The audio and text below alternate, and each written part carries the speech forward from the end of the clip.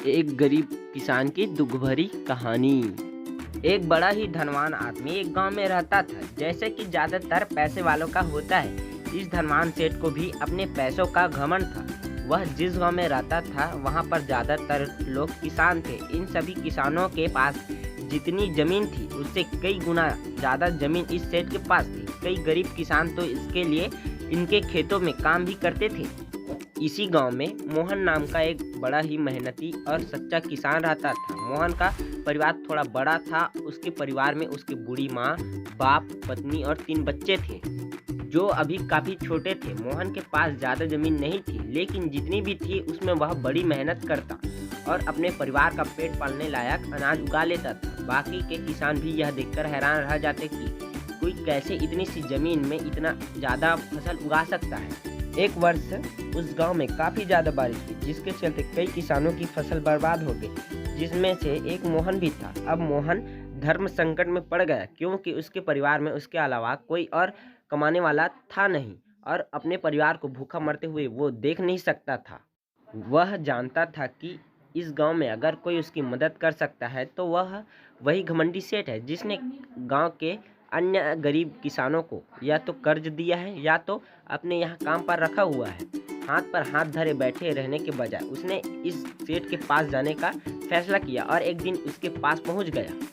सेठ के पास पहुंचकर मोहन बोला, सेठ जी, आपकी बहुत मेहरबानी होगी अगर आप मुझे थोड़ा सा कर्ज दे दें, जिससे मैं अपने खेतों में फिर से कोई फसल उगा सकूं, या फिर आप मुझे अपने यहाँ नौकरी दे दें ताकि मेरे परिवार को 2 वक्त का खाना मिल सके। घमंडी सेठ को उनकी इन बातों से कोई मतलब था नहीं, लेकिन गांव के सारे लोग की तरह वह भी जानता था कि मोहन कितना मेहनती है और वह जिस भी खेत में काम करेगा वहाँ दुगुनी फसल उगा सकता है। सेठ ने सोचा, अगर मैं इसे पैसे उधार देता हूँ तो शायद यह इस स्थिति में नहीं है कि मुझे पैसा वापस लौटा सके, लेकिन अगर मैं इसे अपने खेतों में काम करवाता हूँ तो मुझे जरूर दुगना फायदा होगा। सेठ मोहन से बोला, देख भाई, पैसा तो मैं तुझे दूंगा नहीं और मेरे पास अभी खेत में काम करने के लिए कई किसान पहले से मौजूद हैं, लेकिन तुझ पर तरस खाकर मैं तुझे अपने खेतों में नौकरी देता हूँ, पर मैं तुझे इसके लिए ज़्यादा पैसे नहीं दूंगा। बाकी किसानों को मैं 300 देता हूँ, पर मैं तुझे 200 ही दे पाऊंगा। मरता क्या न करता, मोहन ने सेठ की शर्त मान ली और उसी दिन से सेठ के खेतों में काम करना शुरू कर दिया। 2 महीनों तक नियमित वो सेठ के खेतों में जाकर कड़ी मेहनत करता और देखते ही देखते 4 महीने का काम उसने अपनी मेहनत से 2 महीनों में ही खत्म कर दिया। सेठ उसके काम से काफ़ी खुश था, लेकिन वह कभी उसको यह जताता नहीं था। जब सेठ ने देखा कि उसका खेतों का काम अब खत्म हो चुका है, अगर वह मोहन को काम से निकाल देता है तो उसके 2 महीनों के पैसे बच जाएंगे। तब सेठ ने मोहन को काम से निकालने का फैसला किया। एक बार सेठ को ये विचार भी आया कि इतना मेहनती आदमी शायद उसे दोबारा मिले, लेकिन फिर उसने सोचा कि जब अगले साल काम आएगा तब उसे फिर से नौकरी पर रख लेगा। आखिर इस गांव में उसके अलावा है ही कौन जिसके आगे ये लोग अपने हाथ फैलाएंगे। एक दिन सेठ ने मोहन को अपने पास बुलाकर उसको उस दिन का पैसा दिया और साथ में यह भी कहा कि कल से तुमको काम पर आने की जरूरत नहीं है। अब मेरे पास तुम्हारे लिए कोई काम नहीं बचा है। जब मेरे पास काम आएगा तो मैं तुम्हें बुला लूंगा। यह सुनकर मोहन का दिल बैठ गया। पिछले 2 महीनों से काम ही सही उसके बच्चों और परिवार के पेट में अन्न का दाना जा तो रहा था, अब वह क्या करेगा।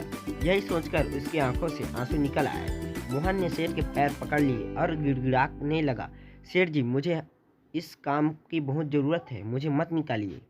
अपने मतलब से मतलब रखने वाला सेठ टस से मस न हुआ। उसने खरी खोटी सुनाकर मोहन को वहाँ से चलता कर दिया और मन ही मन 2 महीनों की तनख्वाह बचने से खुश होने लगा।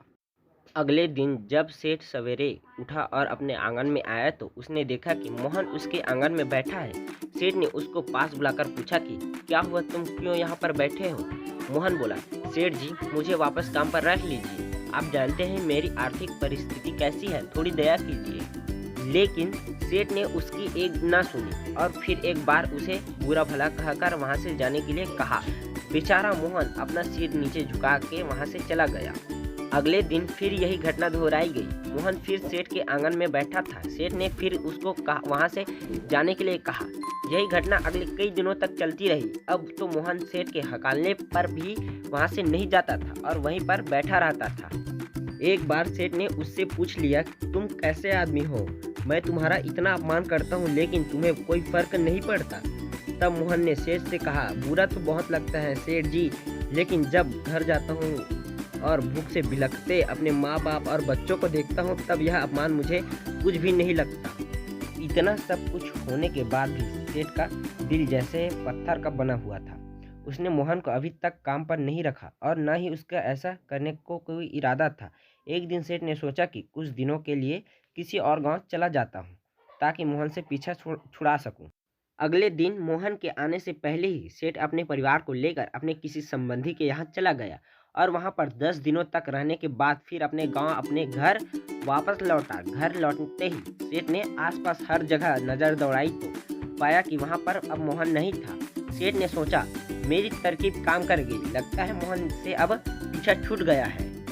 हालांकि अब सेठ के द्वार पर मोहन नहीं बैठता था, लेकिन मोहन का विचार अभी भी सेठ के मन में घर कर बैठा था। सेठ सोच रहा था, मोहन इतनी जल्दी हार मानने वाला आदमी तो नहीं दिखता है, उसके साथ क्या हुआ होगा, क्या उसे कहीं काम मिल गया होगा या फिर कुछ और। इन विचारों ने सेठ को बेचैन कर दिया और आखिरकार सेठ को मोहन खबर लेने के लिए गांव में जाना पड़ा। सेठ को मोहन का पता नहीं मालूम था, इसलिए अड़ोस पड़ोस के अन्य किसानों से पूछने पर पता चला कि मोहन घायल हो चुका है और अपने घर पर आराम कर रहा है। सेठ ने जब उसके घायल होने का कारण लोगों से पूछा तो सेठ को पता चला कि जब सेठ अपना घर छोड़कर किसी और गांव में गया था तब बंद घर देखकर कुछ चोर उसके यहाँ चोरी करने आए थे, जिनको रोकने की कोशिश करते हुए हाथापाई में मोहन चोटिला हो गया था। यह सब जानने के बाद सेठ का पत्थर का दिल भी अब मोम की तरह पिघल गया। सेठ को अपने किए पर पछतावा होने लगा। सेठ ने अपने आप को याद दिलाया कि कैसे उसने एक शरीफ और सच्चे आदमी को ज़्यादा काम करवाकर भी उसको पूरा पैसा नहीं दिया और जिसको गले से लगाना चाहिए था उसे ठोकर मारकर भगाता रहा। सेठ मोहन का घर का पता पूछकर घर पहुंचा तो देखा कि मोहन की घर की हालत बहुत खराब है और उसका परिवार भूख से बेहाल और वह खुद अपने हाथ पैर पर चोट के साथ एक खाट में पड़ा हुआ है। यह दृश्य देखकर सेठ की आंखों से आंसू बह निकले। सेठ ने मोहन के पास जाकर उससे सच्चे दिल से माफ़ी मांगी, उसको उसकी मेहनत के पैसे दिए, उसका इलाज करवाया और उसको हमेशा के लिए अपने यहाँ काम पर रख लिया। दोस्तों, इस खूबसूरत कहानी से हमें कई पाठ सीखने के लिए मिलते हैं। पहला पाठ, अगर भगवान ने हमें दूसरों से बेहतर ज़िंदगी दी है तो हमें उसका फ़ायदा नहीं उठाना चाहिए और हो सके तो ज़रूरतमंदों की ज़िंदगी में भी सुधार करने की कोशिश करनी चाहिए। धन्यवाद। वीडियो अच्छा लगा हो video like, channel subscribe, video share जरूर करें।